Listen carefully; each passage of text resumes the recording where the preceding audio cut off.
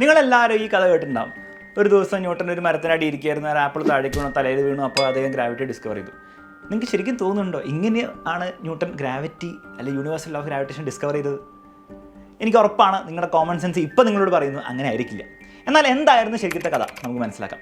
അപ്പോൾ ന്യൂട്ടൻ്റെ കഥ പറയുന്നതിന് മുമ്പ് നമുക്ക് ആദ്യം വേറൊരു ജീനിയസ് അദ്ദേഹത്തിൻ്റെ കഥ പറയാനുണ്ട്. അദ്ദേഹത്തിൻ്റെ പേരാണ് റോബർട്ട് ഹുക്ക്.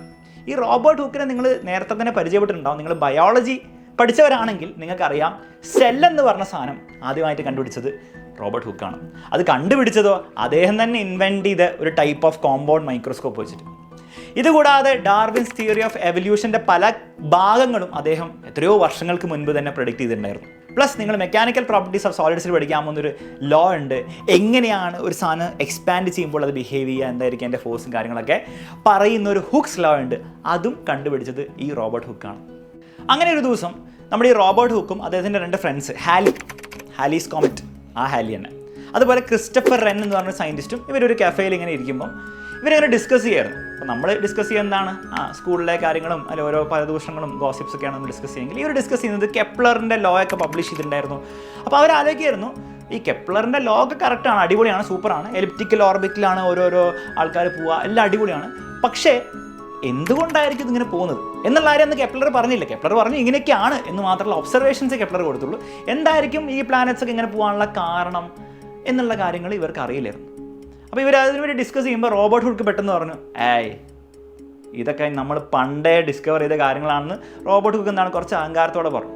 പുള്ളി കുറച്ച് ഒരു അഹങ്കാരത്തിൻ്റെ ആളൊക്കെ ആയിരുന്നു, കുറച്ചൊരു പ്രശ്നക്കാരനായിരുന്നു ബേസിക്കലി. അപ്പോൾ ഇത് കേട്ടപ്പോൾ നമ്മുടെ ഹാലിയും റെന്നൊക്കെ പറഞ്ഞു, അടിപൊളി, അങ്ങനെയാണെങ്കിൽ നമ്മൾ കാണട്ടെ, കാരണം ഇത് ഈ ലോകത്തെ റെവല്യൂഷനൈസ് ചെയ്യാൻ പോകുന്നൊരു വലിയ സംഭവമായിരിക്കും എന്ന് പറഞ്ഞ് ഇവരെന്ത് ചെയ്തു, നമ്മുടെ റോബർട്ട് ഹുക്കിനോട് ചോദിച്ചു ആ സാധനം എടുക്കാമെന്ന് പറഞ്ഞു.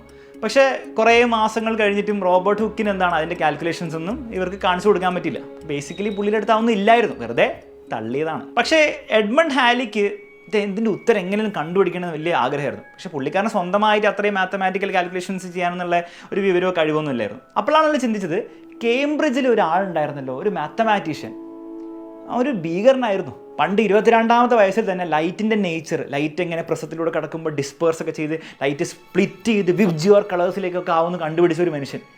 അതുകൂടാതെ ടെലിസ്കോപ്പ് ഇൻവെൻറ്റ് ചെയ്ത ഒരു മനുഷ്യൻ.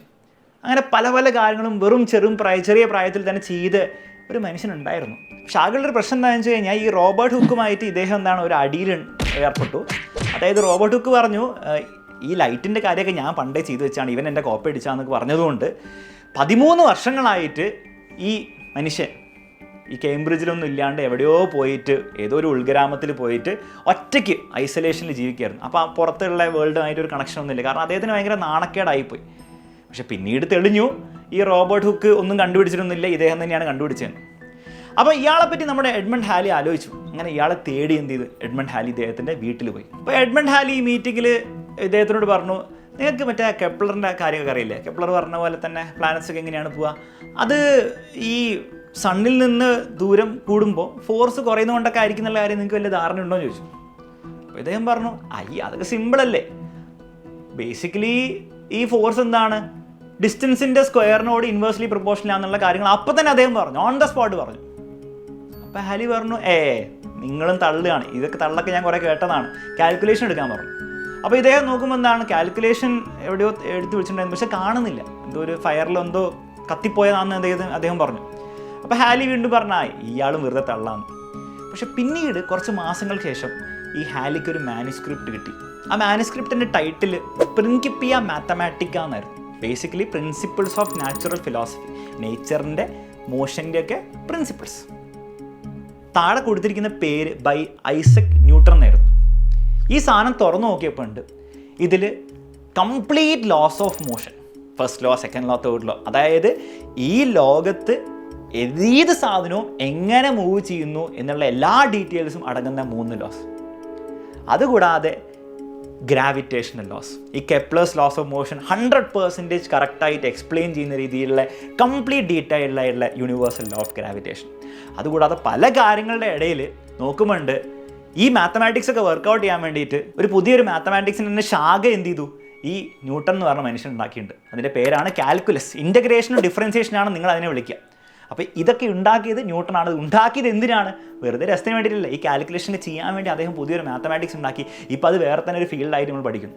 പക്ഷെ മോസ്റ്റ് ഇമ്പോർട്ടൻ്റ്ലി ഈ ബുക്കിൽ പ്രിൻകിപ്പിയ എന്ന് പറഞ്ഞ ഈ ബുക്കിൽ പുറത്തു വന്ന സംഭവമാണ് യൂണിവേഴ്സൽ ലോ ഓഫ് ഗ്രാവിറ്റേഷൻ. അപ്പോൾ ഹാലിക്ക് ഇത് കണ്ടപ്പോൾ ഭയങ്കര സന്തോഷം. അലി പറഞ്ഞു ഇതൊരു ബുക്കാക്ക്, ഫുൾ അടിപൊളി ബുക്കാക്ക്, നമുക്ക് പബ്ലിഷ് ചെയ്യാം, ഈ ലോകത്തിനെ തന്നെ റെവല്യൂഷനൈസ് ചെയ്യാൻ പോകുന്ന തിയറിയാണ് ഈ ബുക്കിലുള്ളതെന്നൊക്കെ പറഞ്ഞാൽ ഹാലി ഭയങ്കര എക്സൈറ്റഡ് ആയി. പക്ഷെ പ്രശ്നം എന്താണെന്ന് വെച്ചാൽ അന്നത്തെ റോയൽ സൊസൈറ്റിക്ക് ഈ ഫിനാൻഷ്യൽ പ്രശ്നങ്ങളൊക്കെ ഉള്ളതുകൊണ്ട് തന്നെ ഈ ബുക്ക് പബ്ലിഷ് ചെയ്യാൻ പറ്റിയില്ല. പക്ഷെ ഹാലിക്ക് ന്യൂട്ടൻ്റെ ഈ തിയറിയിൽ അത്രത്തോളം വിശ്വാസമായിരുന്നു. ഹാലി സ്വന്തം പൈസ എടുത്ത്, അയാൾക്ക് വലിയ പൈസ ഉണ്ടായിരുന്നല്ല, എന്നാലും സ്വന്തം പൈസയൊക്കെ എടുത്തിട്ട് എന്ത് ചെയ്തു, ഈ ബുക്ക് പബ്ലിഷ് ചെയ്തു. അന്ന് ഹാലി ആ ഒരു തീരുമാനം എടുത്തില്ലായിരുന്നെങ്കിൽ, ആ ഒരു സാക്രിഫൈസ് ചെയ്തില്ലായിരുന്നെങ്കിൽ ഒരു പക്ഷേ നമുക്ക് ഹ്യൂമാനിറ്റിക്ക് ഒരിക്കലും നമ്മുടെ ചന്ദ്രനിലും അതുപോലെ തന്നെ സ്പേസിലെ ഓരോരോ ഭാഗങ്ങളിലേക്ക് റോക്കറ്റൊന്നും വിടാൻ സാധിക്കുന്നുണ്ടാവില്ല. അറ്റ്ലീസ്റ്റ് ആ ഒരു പ്രോഗ്രസ് ഒരു 100 അല്ലെങ്കിൽ 200 വർഷമെങ്കിലും ഡിലേ ആയി പോയേനെ. അപ്പോൾ അതാണ് ന്യൂട്ടൻ്റെയും അതുപോലെ തന്നെ ഹാലിയുടെയും ജീനിയസ്. ഇനി നിങ്ങൾ ആലോചിക്കുന്നുണ്ടാവും ഇതിലെവിടെയാണ് മറ്റേ ആപ്പിളിൻ്റെ കഥ വരുന്നത്. ഈ ആപ്പിളിൻ്റെ കഥ ശരിക്കും നടന്നോ ഇല്ലയോ എന്ന് തന്നെ ആർക്കും അറിയില്ല. പിന്നീട് ന്യൂട്ടനൊക്കെ മരിച്ചതിന് ശേഷം പിന്നീട് ഓരോ ആൾക്കാർ പറഞ്ഞുണ്ടാക്കിയ കഥകളാണ്. ന്യൂട്ടൻ പറഞ്ഞു എന്ന് പറഞ്ഞ് ന്യൂട്ടനെ കുറേ ഫ്രണ്ട്സൊക്കെ പറഞ്ഞുണ്ടാക്കിയ കഥകളാണ്. അതിലൊരിക്കലും ന്യൂട്ടൻ ഇങ്ങനെ പറഞ്ഞിട്ടില്ല, അതായത് ആപ്പിൾ താഴേക്ക് വീണപ്പം എന്തുകൊണ്ട് ആപ്പിൾ താഴേക്ക് വീഴുന്നു, അതുകൊണ്ട് ഗ്രാവിറ്റി ഉണ്ടാക്കി എന്നൊരിക്കലും ന്യൂട്ടൻ പറഞ്ഞിട്ടില്ല. ന്യൂട്ടനെ ചിന്തിച്ചത് ഇങ്ങനെ ആയിരിക്കണം, അതായത് ആപ്പിൾ താഴേക്ക് വീഴുന്നു, ഇനി അതേ ഫോഴ്സിലായിരിക്കുമോ നമ്മുടെ ചന്ദ്രനും എർത്തിന് ചുറ്റും ഇങ്ങനെ കിടന്ന് കറങ്ങുന്നത്, മൂണും എർത്തിന് ചുറ്റും കറങ്ങുന്നത് എന്നുള്ളൊരു ചോദ്യം ചോദിക്കാൻ ഈ ആപ്പിളിൻ്റെ വീഴ്ച ചിലപ്പം ന്യൂട്ടനെ പ്രേരിപ്പിച്ചിട്ടുണ്ടാവും. കാരണം പിന്നീട് ന്യൂട്ടൻ കാൽക്കുലേഷനൊക്കെ ചെയ്തപ്പോൾ ആ രീതി തന്നെയാണ് ചെയ്തത്. അതായത് ന്യൂട്ടൻ ആലോചിച്ചു, ഈ ചന്ദ്രൻ മൂണ് എർത്തിന് ചുറ്റും കിടന്ന് കറങ്ങുമ്പോൾ ആ മൂണിൻ്റെ സെൻട്രിപിറ്റൽ ആക്സലറേഷൻ ഉണ്ടാവും. കാരണം സർക്കുലർ മോഷനിൽ പോകുന്ന എല്ലാ സാധനവും സെൻട്രിപിറ്റൽ ആക്സലറേഷൻ ഉണ്ടാവും. ഇനി ആ സെൻട്രിപിറ്റൽ ആക്സലറേഷൻ ഈ ഒരു ഫോർമുല വെച്ച് നമുക്ക് കണ്ടുപിടിക്കാൻ പറ്റുമായിരിക്കും. v²/r എന്ന് പറഞ്ഞ ഫോർമുല വെച്ച് കണ്ടുപിടിക്കാൻ പറ്റും. ഇനി ആ താഴെ കിടക്കുന്ന 6 എന്ന് പറഞ്ഞാൽ എർത്തിൽ നിന്ന് മൂണിലേക്കുള്ള ഡിസ്റ്റൻസ്, അത് നമുക്ക് ഓൾറെഡി അന്ന് അറിയായിരുന്നു. ഇനി ഈ v എന്ന് പറഞ്ഞാൽ ഈ മൂണിൻ്റെ ലീനിയർ വെലോസിറ്റി. ഈ ലീനിയർ വെലോസിറ്റി ആക്ച്വലി കണ്ടുപിടിക്കാൻ പറ്റുമായിരുന്നു.